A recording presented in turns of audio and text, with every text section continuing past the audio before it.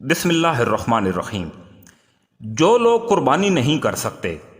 ان کے لیے کون سا عمل رسول کریم صلی اللہ علیہ وسلم نے ارشاد فرمایا جس کے کرنے سے ان کو اتنا ثواب مل جائے گا گویا انہوں نے سنت ابراہیمی کو ادا کیا ہے۔ پیارے دوستو، امت محمدی صلی اللہ علیہ وسلم کے لیے یہ بڑے فخر اور اعزاز کی بات ہے کہ حضرت ابراہیم علیہ السلام کی عظیم قربانی کی سنت کو اللہ تعالیٰ نے اس امت کے ذمہ قرار دیا۔ یعنی حضرت ابراہیم علیہ السلام کی سنت ہمارے نبی کریم صلی اللہ علیہ وسلم نے ادا کی، اور پھر آپ صلی اللہ علیہ وسلم کی سنت کو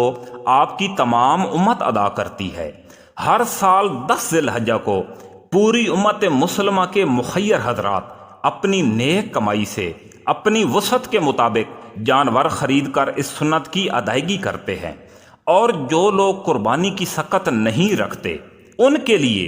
اس سنت میں اتنا منظم اصول بنا دیا گیا کہ حقیقی قربانی کا ثواب ملے گا ہی تب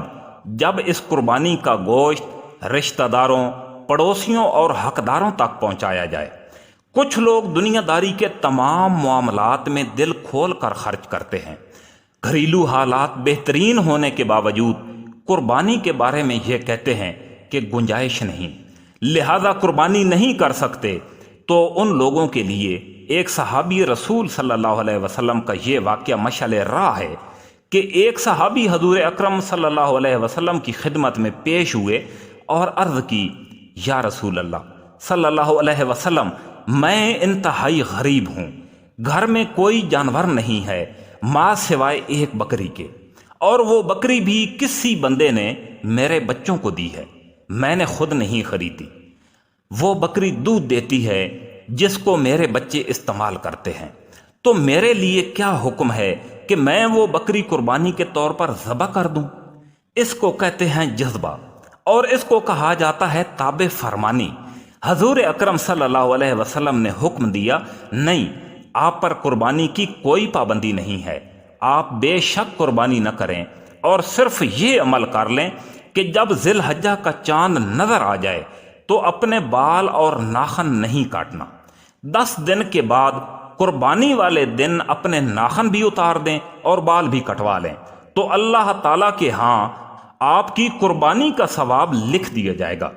جن لوگوں کا قربانی کرنے کا ارادہ ہو ان کے لیے بھی حضور اکرم صلی اللہ علیہ وسلم کی حدیث شریف ہے کہ ذی الحجہ کا چاند نظر آنے سے لے کر قربانی والے دن تک سر کے بال، زیر ناف بال اور ناخن نہ کاٹیں، جبکہ عید کے دن بال بھی کاٹ لیں اور ناخن بھی کاٹ لیں۔ اور اگر کوئی بندہ ناخن اور بال کاٹ لیتا ہے تو بھی گناہ نہیں ہے، لیکن سنت کے ثواب سے محروم رہے گا۔ اللہ تعالی ہم کو دین سمجھنے کی توفیق عطا فرمائے، آمین ثم آمین۔